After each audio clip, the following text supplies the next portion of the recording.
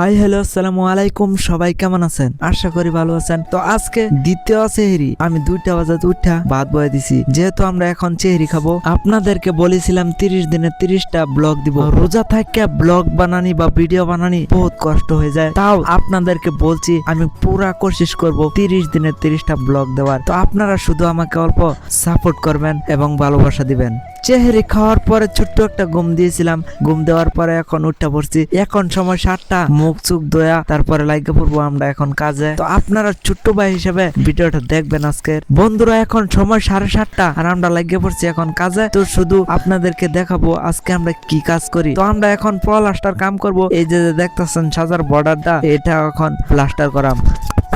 Guys এখন সময় হচ্ছে 10টা, তো আমরা অনেকগুলা কাম করে ফেলছি। দেখেন কোন ফাইনালি বন্ধুরা ইফতার করে এখন আমরা এখানে বসে রয়েছি। আমরা রাতের জন্য ভাত রান্না চান্দা করতেছি। তো আজকের ব্লগটা এই পর্যন্তই। সবাই ভালো থাকবেন, সুস্থ থাকবেন, আর হ্যাঁ একটা ফলো করে যান।